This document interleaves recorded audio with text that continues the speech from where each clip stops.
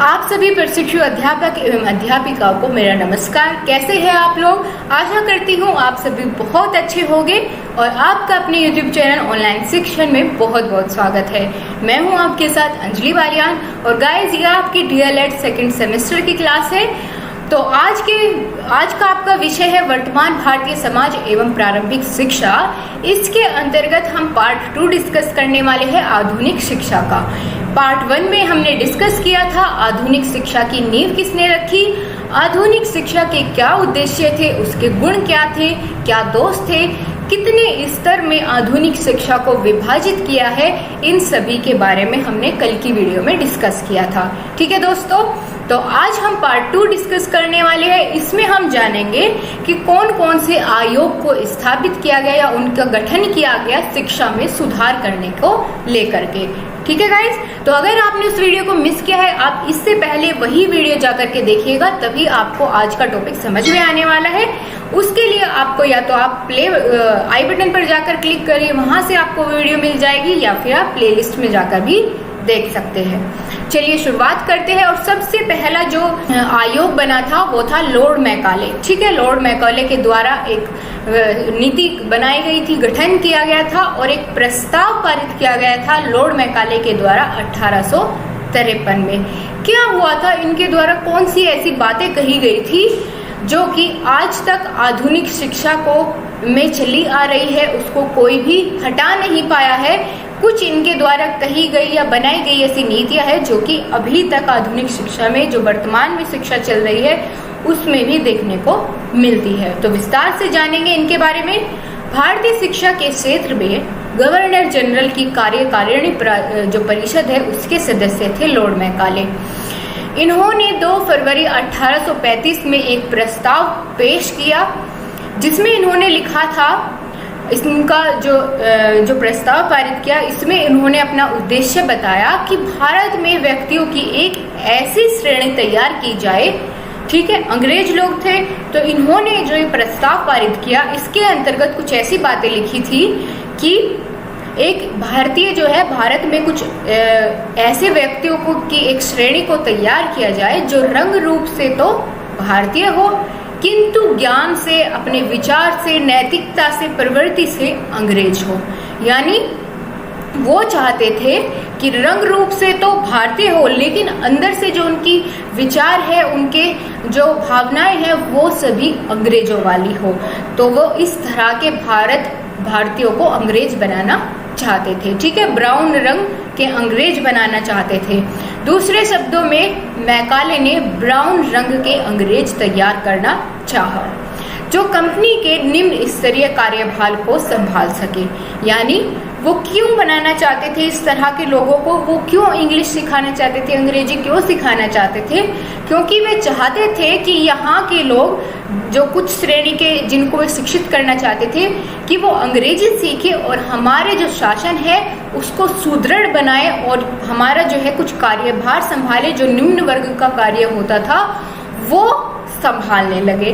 ठीक है, इसके लिए वो चाहते थे कि कुछ यहाँ से उन्हें लोग मिले जिनको इंग्लिश आती हो, वो उनके साथ कम्युनिकेट कर सके, जो निम्न स्तर पर बातें चल रही है वो आकर के उन्हें बता सके।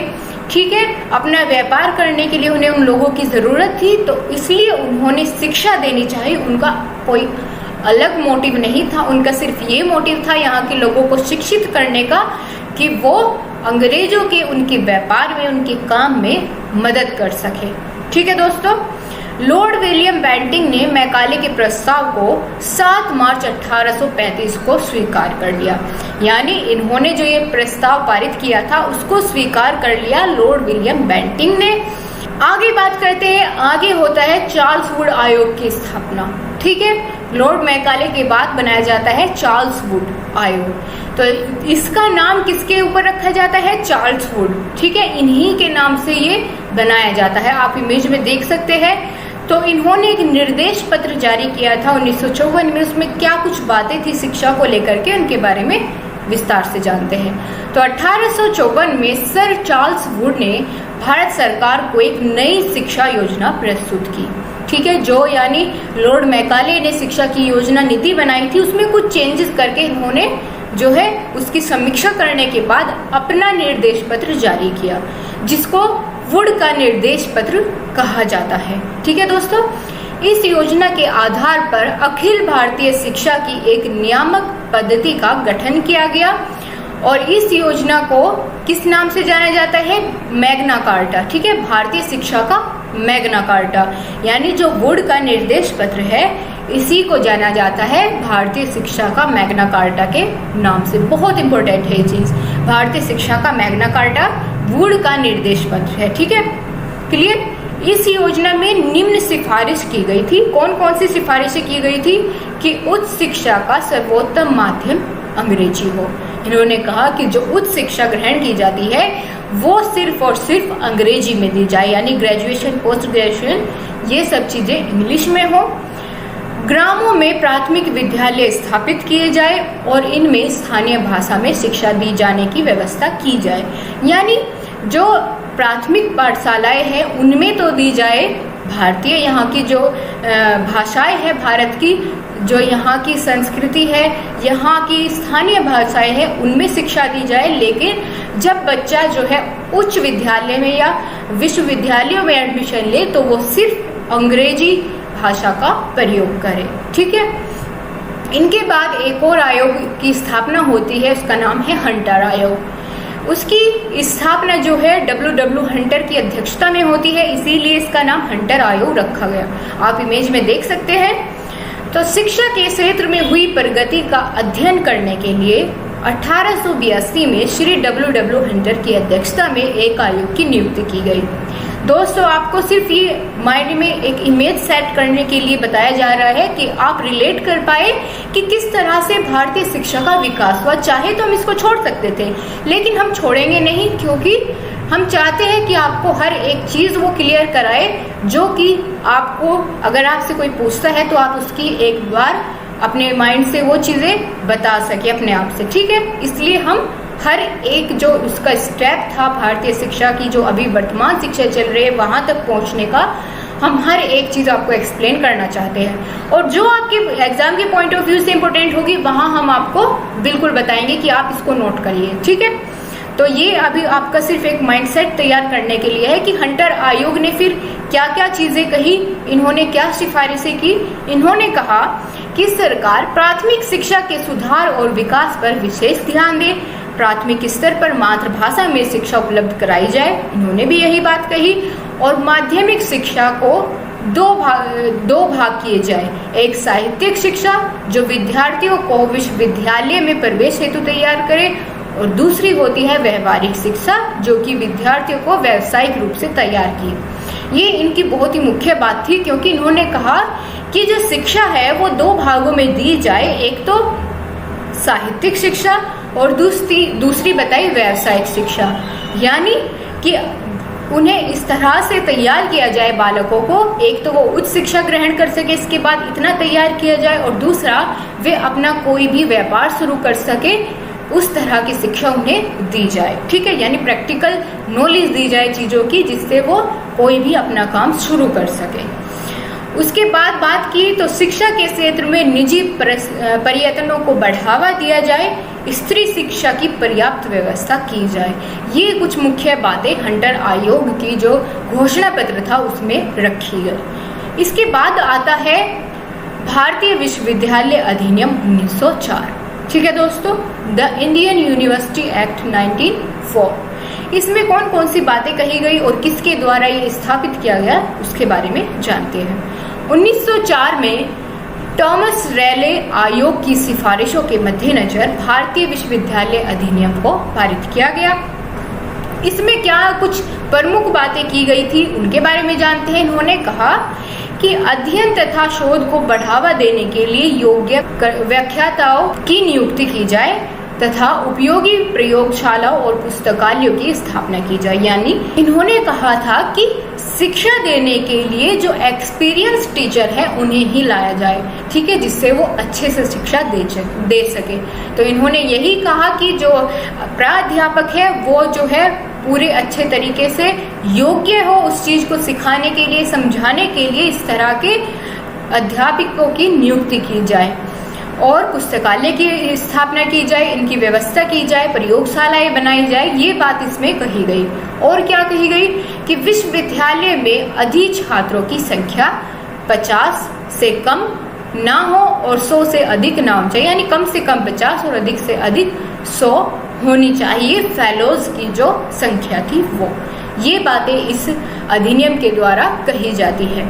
उसके बाद 1913 में आ जाते हैं, तब किया जाता है सरकारी प्रस्ताव को, ठीक है, पारित किया जाता है, यानी गवर्नमेंट रिजोल्यूशन ऑफ 1913 इसको लाया जाता है। इस प्रस्ताव के द्वारा प्रांतीय सरकारों को यह निर्देश दिए गए कि वह समाज के निर्धन और पिछड़े वर्ग के बच्चों को निःशुल्क प्राथमिक शिक्षा प्रदान करने का प्रबंध करे। यानी यहाँ पर पहली बार जो पिछड़े और निम्न वर्ग थे उन पर ध्यान दिया गया, उन पर फोकस किया गया और कहा गया कि इनको जो है निःशुल्क प्राथमिक शिक्षा दी जाए।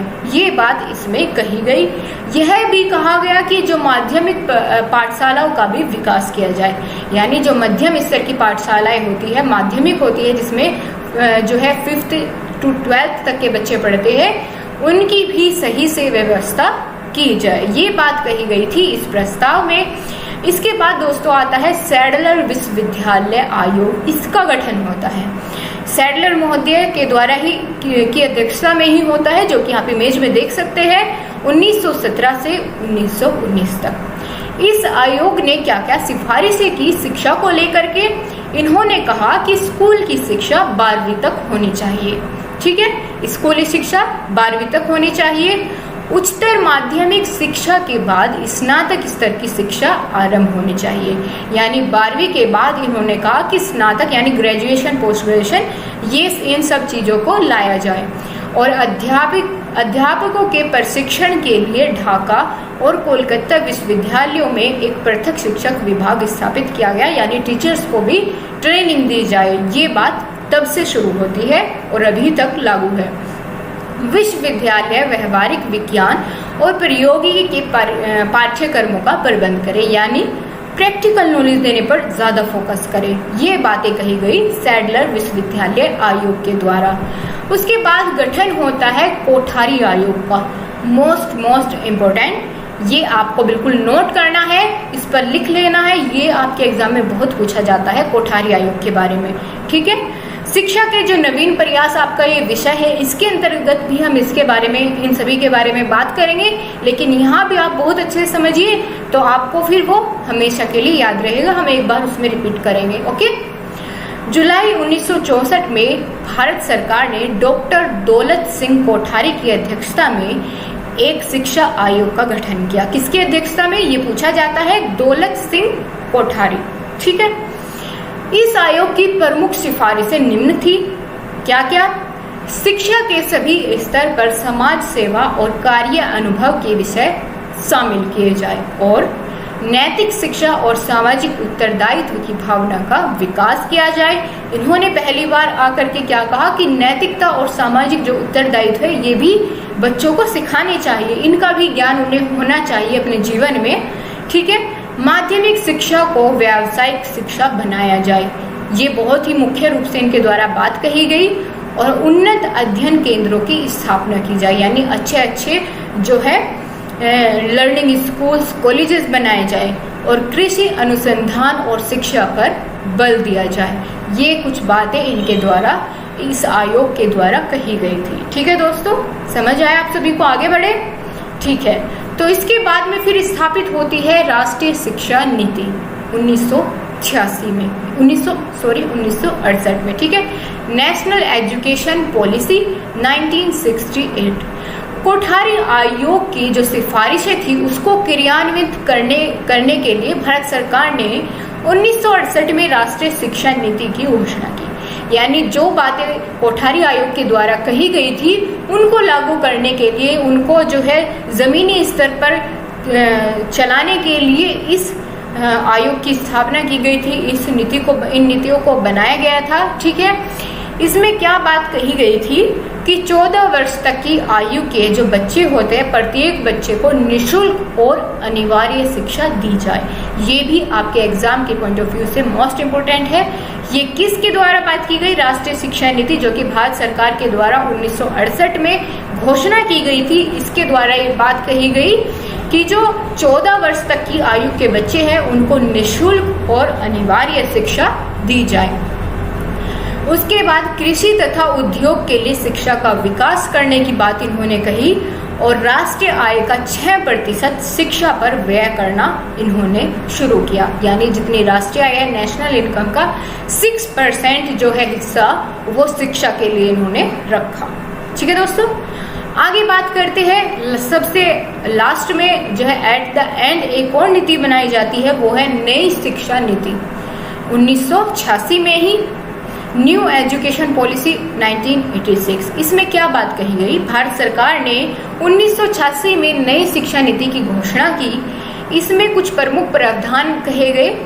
ये इन्होंने अपने लिए एक टारगेट सेट किया कि जो है राष्ट्रीय साक्षरता की जो दर है उसको बढ़ावा देने के लिए, प्राथमिक शिक्षा का सार्वभौमिकीकरण करने के लिए और माध्यमिक शिक्षा का व्यावसायिकीकरण करने के लिए और शिक्षा का सामाजिकरण यानी सोशलाइजेशन करने की बात जो है इस घोषणा पत्र में कही गई।